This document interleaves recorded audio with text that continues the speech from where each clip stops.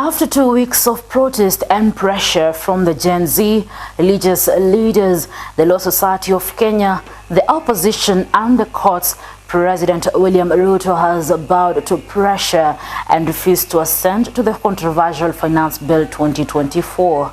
On the continuing conversation around the content of the Finance Bill 2024, and listening keenly to the people of Kenya, who have said loudly that they want nothing to do with this Finance Bill 2024, I concede, and therefore I will not sign the 2024 Finance Bill. President Ruto, while speaking to the press at State House in Nairobi, revealed he has withdrawn the bill completely, sending it back to the parliament, and gave options on how Kenya could raise funds in the coming financial years. There is need for us as a nation to pick up from here and go into the future. Dr. Ruto proposed that since Kenya has gotten rid of the bill, the country should have a conversation going forward on how to manage the affairs of the country together. And I am therefore proposing that because we have gotten rid of the Finance Bill 2024, it is necessary for us to have a conversation as a nation going forward. How do we manage the affairs of the country together?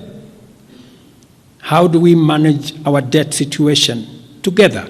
As a result, high-level state officers are set to face significant budget cuts following austerity measures announced by President William Ruto. Proposed budget cuts include 900 million shillings for the provision of sanitary towels, a recurrent expenditure cut under the National Government Affirmative Action Fund (NGAF), and a further 600 million shillings cut under the medical vote.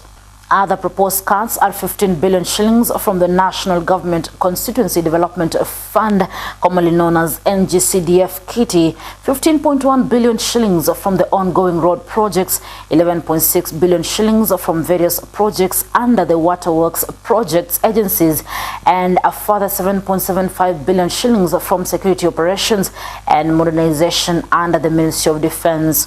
Security operations under internal security will be slashed by 2 billion shillings, and the budget for various regional development authorities will be reduced by 4.6 billion shillings. Additional proposed cuts include 1.85 billion shillings from foreign relations and diplomacy, 800 million shillings from ongoing TVETs and TTIs projects, 2.1 billion shillings from funding from the differentiated unit cost model in universities, 3.2 billion shillings from the Higher Education Loans Board, and 3 billion shillings from university infrastructure projects.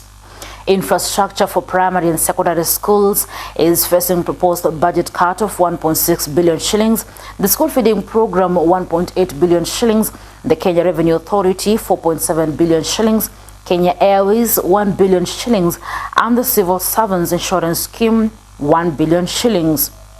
The Equalization Fund arrears face 1 billion shillings cut, pending bills of 5 billion shillings, provision for medical interns 3.7 billion shillings, and managed equipment service under the State Department for Medical Services is facing 1 billion shillings cut.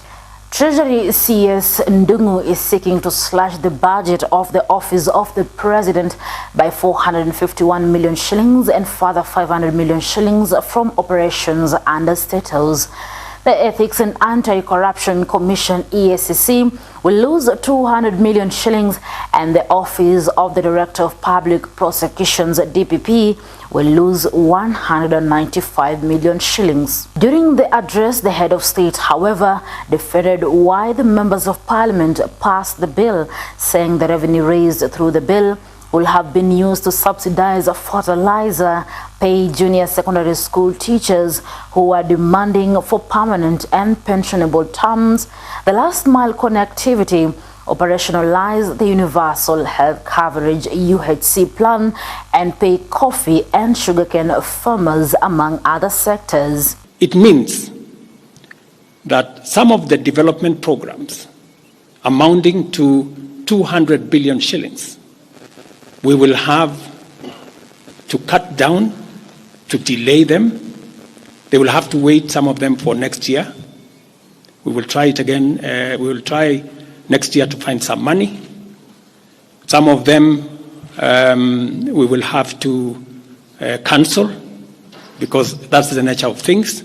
But according to Kenyans, they opposed the controversial bill because it will have resulted in an increase in the cost of basic commodities, and asked the government to seek alternative channels. Watoe wasitoe finance bill hatuitaki, tumeipinga na tutaipinga katika siku zote. Furthermore, Kenyans complained that the government was poorly managing the billions of taxes collected, and it was therefore unreasonable to overtax majority of Kenyans who are struggling to make ends meet. Wale wenye wamecheza na generation yetu, sisi tumesema ikifika mambo na 2027, kitu ya kwanza hatuwataki hata kuwaona karibu. Kitu ya pili, we are going to initiate recalling of the MPs who voted yes. We are saying no to Ruto, na tunasema ashuke sasa hivi. But President William Ruto's historic announcement to withdraw the Finance Bill 2024 has raised questions about the next steps for Kenya's fiscal management. This decision, unprecedented since independence, means the nation will operate under the Finance Act 2023 starting July 1st, 2024 to finance 3.9 trillion shillings budget for the upcoming financial year. According to the Constitution's procedures for enacting legislation, President William Ruto can either assent to the bill as it is or refer it back to Parliament with amendments within 14 days. Given the public uproar, President William Ruto has chosen not to assent to the finance bill and will refer it back to Parliament with his reservations, proposing the deletion of all contentious clauses. Once referred back, the National Assembly will consider the bill, focusing on the President's reservations. The House can pass the bill for a second time with a simple majority supporting the President's reservations. However, if the members of Parliament seek to override the President's reservations, they will need a 2/3 majority of the House. With the members of Parliament commencing their recess until July 23rd, Speaker Moses Masika Wetangula will need to gazette a special sitting for the consideration of the President's memorandum. For Maisha Prime, Maisha Television, my name is Rida Kering Chebet.